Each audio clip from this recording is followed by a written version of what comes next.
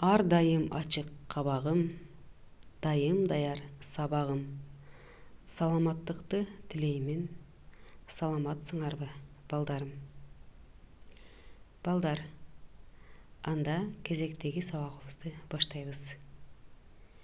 Биздин өтө турчу сабагыбыз кыргыз тили сабагы.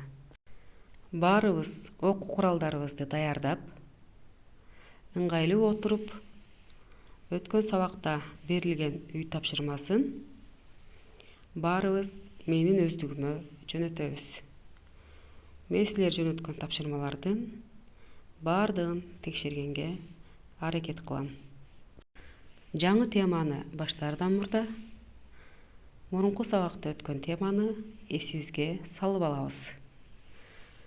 Кыргыз тилинде 6 жөндөмө бар экенин үйрөнгөнбүз. Алар атооч, ким эмне деген суроого жооп берет, мүчөсү жок. Илик, кимдин, эмненин деген суроого жооп берет, мүчөсү нын. Барыш, кимге, эмнеге деген суроого жооп берет, мүчөсү га. Табыш, кимди, эмнени деген суроого жооп берет, мүчөсү ны. Жатыш, кимде, эмнеде деген суроого жооп берет, мүчөсү да.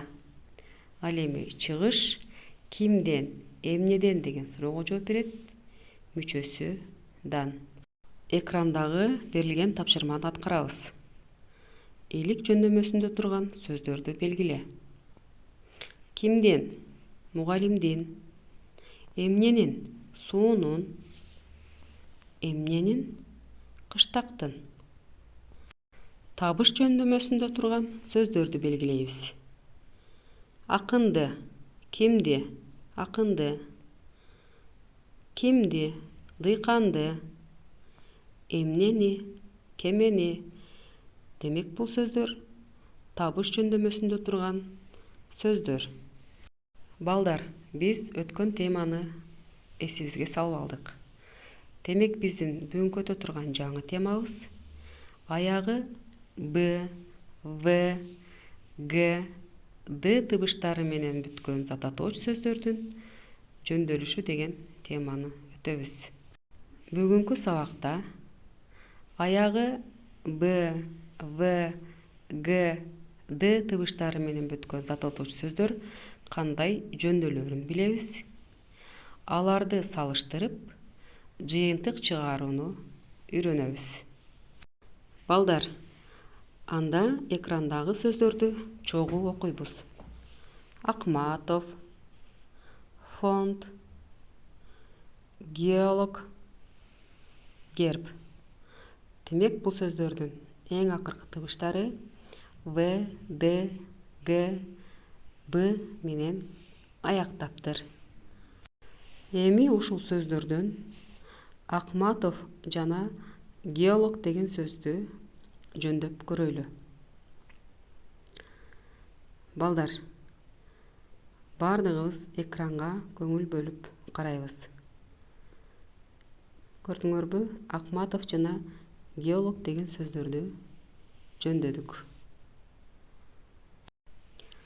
Балдар, мында аягы Б, В, Г, Д тыбыштары менен бүткөн зататоочтор жөндөлгөндө илик жана тыбыш жөндөмөлөрүнүн башындагы Н тыбышы Д тыбышына өтүп өзгөрөт. Илик жөндөмөсүндө Акматов мүчөсү нын кошулганда Акматовдун, геологдун, фонддун, гербдин деп өзгөргөн.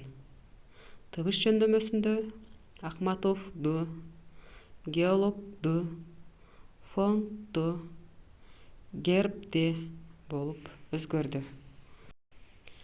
Ал эми барыш, жатыш жөндөмө мүчөлөрүндөгү башкы тыбыштары өзгөрбөйт. Барыш жөндөмөсүндө Акматовго, геологго, фондго, гербге, жатыш жөндөмөсүндө болсо Акматовдо, геологдо, фонддо, гербде. Демек мүчөлөрү өзгөргөн жок. Ал эми чыгыш жөндөмө мүчөлөрүндөгү башкы тыбыштары өзгөрбөйт. Чыгыш жөндөмөсүндө Акматовдон, геологдон, фонддон, гербтен. Көрдүңөр балдар, мында сөзгө уланган эң акыркы тыбыштар эч кандай өзгөрүүгө учурабастан айтылды. Балдар, силерге жаңы тема түшүнүктүү болгон болсо, баарыбыз дептерибизди ачып, бүгүнкү числону жазабыз. 3 айынын 19-у. Сулуу жазууга Г тамгасын жазабыз. Ал эми сөздүк жат жазууга болсо, апам, эним, эжекем, китеп, бак деген сөздөрдү жазабыз. Андан кийин жаңы теманы жазабыз. Аягы Б, В, Г, Д тыбыштары менен бүткөн зат атоочу сөздөрдүн жөндөлүшү. Бардыгыбыз көңүл коюп, суп-сулуу кылып, булгабастан жазганга аракет кылабыз. Жаңы теманы жазып бүткөн соң, китебибиздин 83 бетин ачып, Кыргыз Республикасынын мамлекеттик герби деген текстти окуйбуз. Андан кийин анын астындагы жаңы сөздөр менен таанышабыз. Эгемендүү, эркин деген маани түшүндүрөт. Бейпилдик деген сөз бул тынчтык деген маани түшүндүрөт экен. Ал эми символу бул мамлекеттин белгиси деген маанини түшүндүрөт. Балдар, текстти кунт коюп, түшүнүп, окуп бүткөндөн кийин биринчи көнүгүүнү иштейбиз. Тексттин 1-3 сүйлөмдөрүн көчүрүп жазгыла, зат атоочулордун кандай жөндөмөлөрдө тургандыгын аныктагыла.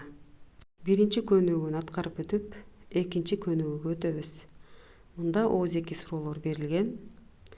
Ал суроолорго тексттен жоопторду издеп табабыз. Бул ооздеги.